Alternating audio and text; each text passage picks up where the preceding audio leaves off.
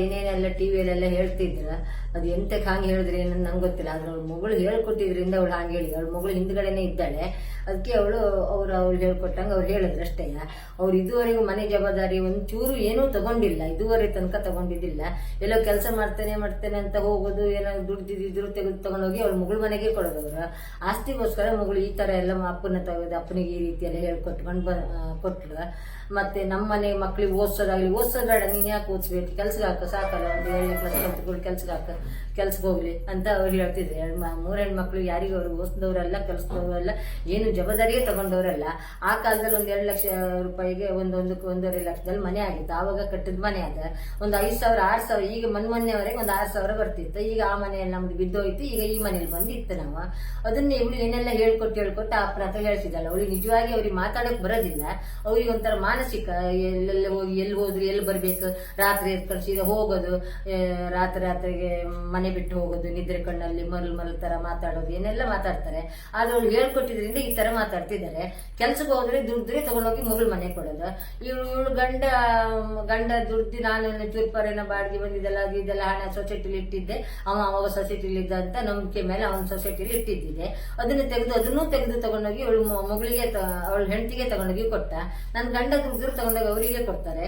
ಮತ್ತೆ ಈಗ ಅದು ಸಾಲದೆ ನಮ್ಗೆ ಮನೆ ಕಟ್ಟಿ ಸಾಲ, ನಮ್ಗೆ ಜಾಗ ಬೇಕು, ಮನೆ ಬೇಕಂತೆಲ್ಲ ಹೇಳಿದ್ಲ. ಕಡೆಗೆ ದೊಡ್ಡ ಮಗು ಗಾಯತ್ರಿ ಅಂತ ದೊಡ್ಡವಳು, ಚೈತ್ರನಕ್ಕ, ಅವಳು ನಂಗೆ ಸಾಲ ಉಂಟು ನಂಗೆ ಸಾಲ ಇಲ್ಲ ಅಂತ ಅದು ಈಗಳು ಚೈತನ್ಯ ಮಾಡಿದ್ದಾರ್ತೆ. ಚೈತನ್ಯ ಬಂದು ಅಮ್ಮ ಒಂದು ಸೈನ್ ಹಾಕು ಅವಳಿಗೆ ಮನೆ ಆಗ್ಲಿ ಅಂತ ಅವಳು ಹೇಳಿ ನಮ್ಮನ್ನೆಲ್ಲ ಕರ್ಕೊಂಡೋಗಿ ಅವಳಿಗೆ ಒಂದು ಸೈನ್ ಹಾಕ್ಸಿ ಇಡೀ ಜಾಗದ ಮೇಲೆ ಒಂದು 25 ಲಕ್ಷ ಅವಳಿಗೆ ಲೋನ್ ತೆಗೆದುಕೊಡ್ತ. ಅದು ತೆಗೆದುಕೊಟ್ಟು ರೆಕಾರ್ಡ್ ಸಮೇತ ಅವಳ ಕೈಯಲ್ಲೇ ಉಂಟು. ಈಗ ಅದು ಈಗ ಅಪ್ಪನ ಹತ್ರ ಎಲ್ಲ ಸೈನ್ ಹಾಕ್ಸ್ಕೊಂಡಿರ್ಲಿಲ್ಲ. ನಂಗೆ ಮತ್ತು ಸಾಲ ಉಂಟು, ನಂಗೆ ಜಾಗ ಬರೆದುಕೊಡು ಅಂದ್ಲು. ನಂಗೆ ಇನ್ನೊಬ್ಳು ಒಬ್ಳು ಹುಡುಗಿ ಓದ್ಲಿಕ್ಕಿದ್ದಾಳೆ, ಮದುವೆ ಆಗ್ಲಿಕ್ಕೆ ಉಂಟು, ಇನ್ನೊಬ್ಳು ಇದ್ದಾಳೆ, ನಾನು ಸೈನ್ ಹಾಕುದೇ ಇಲ್ಲ ಅಂತ ಹಠ ಕಟ್ಟಿ ಹೇಳ್ದೆ. ಅಪ್ಪನ ಹತ್ರ ಸೈನ್ ಹಾಕ್ಸ್ಕೊಳ್ಳು, ನಾನ್ ಸೈನ್ ಹಾಕ್ಲಿಲ್ಲ ಅಂತ ನನ್ನ ಮೇಲೆ ಸಿಟ್ಟಿಗೆ ಅಪ್ಪನ ಹಿಡ್ಕೊಂಡು ಅಪ್ಪನದ್ದು ಏನೆಲ್ಲ ಹೇಳ್ಕೊಟ್ಟು ಹೀಗೆಲ್ಲ ಹೇಳ್ತಿದ್ದಾಳೆ. ಈಗ ಮತ್ತೆಂತದಲ್ಲ, ಅವಳಿಗೆ ಈಗ ದುಡಿಮೆ ಮಾಡ್ತಾಳೆ, ಹೊಲಿತಾಳೆ, ಟ್ಯೂಷನ್ ಕೊಡ್ತಾಳೆ, ಶಾಲೆ ಟೀಚಿಂಗ್ ಮಾಡ್ತಾಳೆ, ಎಲ್ಲ ಮಾಡ್ತಾಳೆ. ಆದ್ರೆ ಅಪ್ಪನಿಗೆ ಇಟ್ಕೊಂಡು ಅಪ್ಪನಿಗೆ ಹೇಳ್ಕೊಟ್ಟು ಏನೆಲ್ಲ ಹೇಳ್ಕೊಂಡು ಅಮ್ಮ ಸೈನ್ ಹಾಕೋದಿಲ್ಲ, ಅಮ್ಮ ಮೋಸ ಮಾಡಿದ್ಲ, ಅಮ್ಮ ಎಲ್ಲ ಆಗೋದು ಅವಳಿಂದ, ನನ್ನ ಮಗಳಿಂದನೇ ಆಗೋದಿಲ್ಲ. ಮದುವೆಗೆ ಅಪ್ಪನ ತಡೆದದ್ದೇ ಅವಳ, ಅಪ್ಪನನ್ನ ಕರೆದಿದ್ದವಳೆ, ಅಪ್ಪನ ಮದುವೆ ಬರ್ದಿದ್ದಾಗ ತಡೆದಿದ್ದೆ ಅವಳೆ. ನಾನು ಒಂದು ಫೋನ್ ಮಾಡಿದ್ರು ಸಾಕಿಯ, ನಾನು ಒಂದು ಚೂರು ಹೋಗಿ ಅಪ್ಪಯ್ಯ ಅಂತ ಹೇಳಿದ್ರೆ ಅವ್ರು ಹೋಗ್ತಾರೆ. ಈಗ ನಾನ್ ಕಳ್ಸೋದಿಲ್ಲ, ಅಪ್ಪಯ್ಯನ ಕಳ್ಸೋದಿಲ್ಲ ಅಂತ ಹೇಳಿ ಅಪ್ಪ ಇಲ್ಲಿವರೆಗೆ ಕುಂದಾಪುರ ತನಕ ಬಂದವ್ರನ್ನ ಇವಳು ಹೋಗಿ ಕರ್ಕೊಂಡು ಹೋಗಿ ಮನೆ ಒಳಗೆ ತಗೊಂಡೋಗಿ ಇಟ್ಕೊಂಡು ಮದುವೆ ಬರ್ದಿದ್ದಾಗ ಮಾಡಿದ್ಲು. ಅವಳು ಬರಬಾರ್ದು, ಇವಳು ಮರ್ಯಾದೆ ಹೋಗ್ಬೇಕು, ಮದುವೆ ಬರಬಾರ್ದು ಅಂತ ಅವಳೇ ಮಾಡಿಸಿದ್ದೆ, ಎಲ್ಲ ಮಾಡಿಸಿದ್ದು ಒಳ್ಳೆಯ. ಅವಳಿಗೆ ಬಾರಿ ಒಂದು ಹಠ ಉಂಟು. ನಾನೊಂದು ಸೈನ್ ಹಾಕ್ಲಿಲ್ಲ ಜಾಗದ ಮೇಲೆ ಅಂತ ಬಾರಿ ಹಠ ಉಂಟು.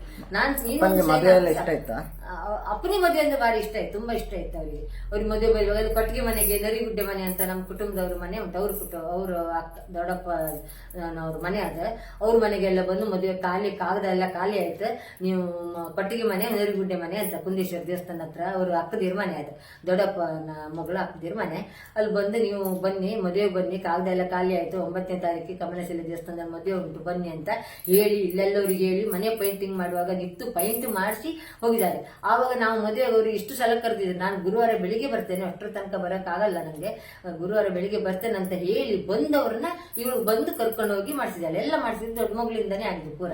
ಈಗ ನಾನು ಒಂದು ಸೈನ್ ಹಾಕಲಿಲ್ಲ, ಅವಳಿಗೆ ಆಸ್ತಿ ಸಿಕ್ಲಿಲ್ಲ ಅಂತ ಸಿಟ್ಟಿಗೆ ಏನೆಲ್ಲ ಅಪ್ಪನಿಗೆಲ್ಲ ಹೇಳ್ಕೊಟ್ಟು ಈ ರೀತಿ ಎಲ್ಲ ಮಾಡ್ತಿದ್ದಾಳೆ. ಈಗ ಬಂದು ನಮ್ಮ ಮನೇಲಿ 12 ವರ್ಷದಿಂದ ಇದ್ದಾನೆ, 12 ವರ್ಷದಿಂದ ಇಲ್ಲೇ ಮನ್ಕೊಂಡಿದ್ದ ಹಾಗೆ ಹೀಗೆ ಅಂತ ಹೇಳ್ತಿಲ್ಲ.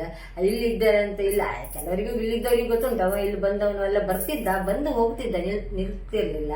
ಇವ್ರು ಮತ್ತೆ ಯಾವ ವಿಷಯದಲ್ಲಿ ಇವ್ರಿಗೆ ಇದೆಲ್ಲ ಮಾತಾಡಕ್ಕೆ ಬರೋದಿಲ್ಲ. ಮೀಡಿಯಾದವ್ರ ಮುಂದೆ ಮಾತಾಡ್ಬೇಕಂತಾನೆ ಇವ್ರಿಗೆ ಗೊತ್ತಿಲ್ಲ, ಯಾರು ಮಾತಾಡ್ಬೇಕು ಏನಂತ. ಇವಳಿಗೆ ಇವಳು ದೊಡ್ಡ ಮಗಳು ಹೇಳ್ಕೊಟ್ಟು ಅಥವಾ ಬೇರೆ ಯಾರು ನಾವು ಇವಳಿಗೆ ಆಗದಿದ್ದವರು ಏನೋ ಹೇಳ್ಕೊಟ್ಟು ಆದ್ರಿಂದ ಇವ್ರು ಮಾತಾಡಿದಷ್ಟು ಬಿಟ್ರೆ ಮತ್ತೆ ಅವರಿಗೆಲ್ಲ ಅಷ್ಟೆಲ್ಲ ಮಾತಾಡೋಷ್ಟು ತಲೆ ಇಲ್ಲ, ಮಾತಾಡೋದಿಲ್ಲ ಅವ್ರು ಒಂದು ರೀತಿ ಸರಿ ಇಲ್ಲ.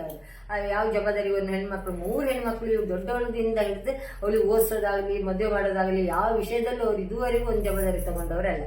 ನಾವೇ ಮಾಡಿದ್ಬಿಟ್ರೆ ಅವ್ರಿಗೆ ಓದ್ಲಿ ಮಕ್ಕಳು ಅಂತ ಹೇಳೋದು ಇಲ್ಲ. ಅವರು ಬೇರೆ ಯಾವ ವಿಷಯಕ್ಕೂ ಅವ್ರು ಜವಾಬ್ದಾರಿ ತಗೊಳ್ಳೋದಿಲ್ಲ. ನಾವು ಅದಕ್ಕೆ ಬಿಟ್ಬಿಟ್ಟಿತ್ತು. ನಮ್ಗೆ ನೋಡಿ ಸಾಕಾಗಿತ್ತು, ಜಬರ್ದಸ್ತ್ ಮಾಡೋದು, ಹೊಡಿಯೋಕ್ ಬರೋದು, ಬೈಯೋಕ್ ಬರೋದು, ಹೊಡಿಯೋದು ಬಡೋದು, ನಮ್ಮ ನೋಡಿ ಸಾಕಾಗಿ ಜೀವಮಾನ ಬೇಡ ಅನ್ಸಿಬಿಟ್ಟು ಇವ್ರ ವಿಷಯ ಬಿಟ್ಬಿಟ್ಟಿತ್ತು ನಾವು. ಈಗ ಅಲ್ಲೆಲ್ಲ ಮಗಳೆಲ್ಲ ಕೆಲ್ಸಕ್ಕೆ ಸೇರ್ಕೊಂಡಿದ್ದಾಳೆ, ಕೆಲ್ಸಕ್ಕೆ ಹೋಗ್ತಾಳೆ, ತಗೊಂಡ್ಬಂದು ಮಗಳಿಗೆ ಕೊಡ್ತಾಳೆ, ದುಡ್ಡು ತಂದು ಅವಳಿಗೆ ಕೊಡ್ತಿದ್ದಾಳೆ ಅಷ್ಟೇ. ಅವ್ರ ಹತ್ರ ಹತ್ರ ಕರ್ಕೊಂಡು ಹೋದ್ಲು, ಇಲ್ಲಿ ನಂಗೆ ಪೀಡಿಸಿದ್ಲು ಬಂದು ಈಗೆಲ್ಲ ಮಾಡ್ತಾ ಇದ್ಲು. ಸೈನ್ ಹಾಕ್ಸು, ನಂಗೊಂದು ಸೈನ್ ಹಾಕ್ಸು, ನಂಗೆ ಸಾಲ ಉಂಟು ಅನ್ಕೊಂಡು ಹೇಳ್ತಾ ಇದ್ದಾಳೆ. ಅವಳಿಗೆ ಎಲ್ಲೋ ಗಂಡ ಕೆಲಸ ಹೋಗ್ತಾರೆ, ಮನೆ ಕೆಲಸ ಮಾಡ್ಕೊಂಡು ಹೋಗ್ತಾರೆ ಬರ್ತಾರೆ. ಆದ್ರೆ ಅವಳಿಗೆ ಎಷ್ಟಿದ್ರು ನಂದು ಒಂದು ಸಾಲ ಉಂಟು, ನಂಗೆ ಸೈನ್ ಹಾಕು. ಅವಳಿಗೆ ಯಾರಿಗೆ ಸಾಲ ಇಲ್ಲಲ್ಲ ಈಗ ನಿಮ್ಗೆಲ್ಲ, ನಂಗೆ ಸೈನ್ ಹಾಕಿ. ನಂಗೆ ದೊಡ್ಡ ಸಣ್ಣ ಮಗಳಿಗೆ ಓದಿಸ್ಲಿಕ್ಕೆ ಉಂಟು, ಸಣ್ಣ ಮಗಳು ಕಲಿತಿದ್ದಾಳೆ, ಅವಳಿಗೆ ಮದುವೆಗೆ ಉಂಟು ಅಂತ ಹೇಳಿದ್ರು ಅವಳು ಕೇಳಿದಿಲ್ಲ. ಆ ಚಿಟ್ಟಿಗೆ ಏನೆಲ್ಲ ಅಪ್ಪನಿಗೆಲ್ಲ ಹೇಳ್ಕೊಟ್ಟು ಈ ರೀತಿಯೆಲ್ಲ ಹೇಳ್ತಿದ್ದಾಳೆ ಅಷ್ಟೇ, ಮತ್ತೆ ಎಂತದೆಲ್ಲ. ಮತ್ತೇನಂದ್ರೆ ಅವಳ ಮಗಳು HMM ಶಾಲೆಯಲ್ಲಿ, ಸುಕುಮಾರ್ ಶೆಟ್ಟರ್ ಶಾಲೆಯಲ್ಲಿ ಕೆಲಸ ಮಾಡೋದು, ಟೀಚರ್ ಆಗಿ ಕೆಲಸ ಮಾಡ್ತಾಳೆ. ಮತ್ತೆ ಬೇರೆ ಬೇರೆ ಎಲ್ಲ ಕೆಲಸ ಮಾಡ್ತಿರ್ತಾಳೆ. ಆದ್ರೆ ಅಲ್ಲಿ ಕೆಲಸ ಮಾಡೋಳಾಗಿ ಟೀಚರ್ ಆಗಿ ಎಲ್ಲೋದು ಒಂಥರ ಶಿಸ್ತಿನ ಶಾಲೆ, ಅದು ಒಳ್ಳೆ ಶಾಲೆ. ಆ ಶಾಲೆ ಆಗಿ ಇವಳು ಈ ಮಾನಸಿಕ ಅಪ್ಪನ ಕರ್ಕೊಂಡು ಹೋಗಿ ಇವಳು ಈ ರೀತಿ ಎಲ್ಲ ಹೇಳ್ತಿ. ಮೀಡಿ ಅಂತಿದ್ದವಳು ಆ ಶಾಲೆಯಲ್ಲಿ ಶಿಸ್ತಿನ ಶಾಲೆ ಅದು. ಅವರು ಸುಕುಮಾರ್ ಶೆಟ್ಟರು ಒಳ್ಳೆ ಶಿಸ್ತಿನಿ ಅವರು ಅಂತ ಶಾಲೆಯಲ್ಲಿ ಕಲಿಸೋವಳು ಇವಳು. ಈ ರೀತಿ ಹೇಳ್ಬಾರ್ದಿತ್ತು ಮಕ್ಕಳಿಗೆಲ್ಲ ಈ ರೀತಿ. ಈಗ ನಾಳೆ ಮಕ್ಕಳಿಗೆ ಕಲಿಸ್ತಾಳಲ್ಲ, ಈ ಮಕ್ಕಳು ನಾಳೆ ಇದೇ ಕಲಿತಾರೆ, ಹೀಗೆ ಕಲ್ಸೋದವಳು ಈ ರೀತಿಯಲ್ಲಿ. ಹೀಗೆ ಕಲ್ಸಿದ್ರೆ ಹೇಗೆ ನಾಳೆ ಮನೆಯವರೆಲ್ಲ ಏನಂತ ತಿಳಿಸೋದಿಲ್ಲ. ಇದೇ ರೀತಿ ಮಾಡ್ತಾಳೆ. ಹಾಗಾದ್ರೆ ಇವಳು ಶಾಲೆ ಟೀಚರ್ ಆಗಿ ಮಕ್ಕಳಿಗೆ ಕಲ್ಸೋಳಾಗಿ ಈ ರೀತಿ ಮಾನಸಿಕ ಅಪ್ಪನಿಗೆ ಕರ್ಕೊಂಡೋಗಿ ಈ ರೀತಿ ಎಲ್ಲ ಹೇಳ್ತಾಳಂತ ಹೇಳಿದ್ರೆ ಇನ್ನೇನ್ ಮಾಡ್ಬೋದು ಇವಳು. ನನ್ನ ಮೇಲೆ ತುಂಬಾ ದ್ವೇಷ ಅವಳಿಗೆ, ತುಂಬಾ ಹಠ. ಆದ್ರಿಂದ ಅಪ್ಪನಿಗೆ ಈಗ ಹೇಳ್ಕೊಟ್ಟು ಅಪ್ಪನಿಗೆ ದುಡಿದು ಸಂಪಾದನೆ ಮಾಡಿದ್ರೆ ಎಷ್ಟೋ ವರ್ಷ ಆಯ್ತು. ಅವ್ರು ಅಲ್ಲೇನೋ ದುಡಿತಾರಂತೆ, ಅವ್ರಿಗೆಲ್ಲ ಅವಳಿಗೇನೋ ಕೊಡ್ತಾರೆ ಮಾಡ್ತಾರೆ, ಬರೋದಿಲ್ಲ, ಬಂದು ಮಲಿಕೊಳ್ಳೋ. ಬೀಗ ಇಲ್ಲ, ಬೀಗ ಹಾಕಿ ಹೋಗಿದ್ದಾರೆ ಹಾಗೆ ಈಗ ಅಂತ ಹೇಳ್ತಿದ್ರೆ, ಬೀಗ ಒಂದು ಕೀ ಈಗಲೂ ಬೇಕಾದ್ರೆ ಅವ್ರ ಚೆಕ್ ಮಾಡಿದ್ರೆ ನೋಡಿ, ಒಂದು ಕೀ ಅವ್ರ ಹತ್ರ ಉಂಟು, ಒಂದು ಕೀ ನನ್ನ ಹತ್ರ ಉಂಟು. ಹೀಗೆ ತುಂಬಾ ಕೀ ಕಳೆದು ಹಾಕೋದು, ಒಂದು ಬೀಗ ತಗೊಳ್ಳೋದು ಕಳೆದು ಹಾಕೋದು. ಎಷ್ಟು ಅಲ್ಲಿ ಇಲ್ಲ ಮನೆ ಹುಡುಗರು, ಆಚೆ ಕಡೆ ಒಂದು ಹುಡುಗರು ಇದ್ದಾರೆ ಮಕ್ಕಳೆಲ್ಲ, ಅವರೆಲ್ಲ ಹೇಳ್ತಾರೆ ನಿಮ್ ಬೀಗ ಎಷ್ಟು ಕಳೆದು ಹಾಕ್ರಿ ಮಾರಿ ಅಂತ ಕೇಳ್ತಿದ್ರು. ಕಳೆದು ಹಾಕಿದಾಗ ನಾನು ಬೀಗ ತಗೊಬಂದು ಕೊಡೋದು, ಒಂದು ಕೀ ಅವ್ರಿಗೆ ಕೊಡೋದು, 2 ಕೀ ನಾನು ಇಟ್ಕೊಳ್ತಿದ್ದೆ. ಅವ್ರು ಮತ್ತೊಂದು ಕೀ ಕಳೆದು ಹೋದಾಗ ಮತ್ತೊಂದು ಕೊಡೋದು. ಈಗ ಅವ್ರ ಹತ್ರ ಕೀ ಉಂಟು, ಈಗ ಬಂದ್ರು ಅವ್ರು ಬೀಗ ತೆಗೆದು. ನಿನ್ನೆ ಅವ್ರು ಸಹ ನಮ್ಮ ಮನೆ ಪಕ್ಕದ ಮನೆ ಹುಡುಗಿ ಹೇಳ್ತಿದ್ರು, ಅವ್ರು ಬಂದಿದ್ರು, ಮಾವ ಬಂದಿದ್ರು, ಬೀಗ ತೆಗೆದವ್ರು ರೂಮ್ ಬೀಗ ತೆಗಿತಿದ್ರು. ಅವ್ರು ಬಂದಿದ್ದಲ್ಲ, ಬೇರೆ ಯಾರು ನಿಮ್ಮಲ್ಲೆಲ್ಲ ಮಲ್ಕೊಂಡಿದ್ರು ಅಂತ ಹೇಳ್ತಾರೆ. ಯಾಕಂದ್ರೆ ನನ್ನ ತಂಗಿ ಗಂಡ ಬಂದಿದ್ರೆ ನಾನು ಇರ್ಲಿಲ್ಲ, ದೇವಸ್ಥಾನಕ್ಕೆ ಹೋಗಿದ್ದೆ. ಅವ್ರು ಹೇಳಿದ್ರು ಅವ್ರು ಬಂದು ರೂಮ್ ಬೀಗ ತೆಗೆದು ಒಳಗೆ ಹೋಗ್ತಾರೆ, ಅವ್ರ ಹತ್ರ ಕೀ ಉಂಟಲ್ಲ ಅಂತ ಅವರು ಸಹ ನಿನ್ನೆ ಹೇಳಿದ್ರು. ಕೊಟ್ಟ ಹಾಗೆ ಹೇಳಿದ್ದಾರೆ ಅಷ್ಟೇ. ನನ್ನ ಮತ್ತೆ ಟೀಚರ್ ಆಗಿ ಕಲ್ಸೋ ಶಾಲೆ, ಸುಕುಮಾರ್ ಶೆಟ್ಟರ್ ಶಾಲೆ ಕಲ್ಸೋಳಾಗಿ ಈ ರೀತಿ ಕಲ್ಸೋಳು. ಇದೇ ರೀತಿ ಮಕ್ಕಳಿಗೆ ಪಾಠ ಮಾಡಿದ್ರೆ ನಾಳೆಗೆ ಮಕ್ಕಳ ಮುಂದಿನ ಭವಿಷ್ಯ ಹೆಂಗೆ, ಯಾವ ರೀತಿ ಕಲಿಸ್ತಾಳೋಳು ಅಂತದೇ ನಂಗೆ ಆಶ್ಚರ್ಯ ಆಗುತ್ತೆ, ಮತ್ತೆ ಎಂತದಲ್ಲ. SSTV ಸಿನಿಮಾ ಜಗತ್ತಿನ ಕ್ಷಣ ಕ್ಷಣದ ಸುದ್ದಿಯೊಂದಿಗೆ.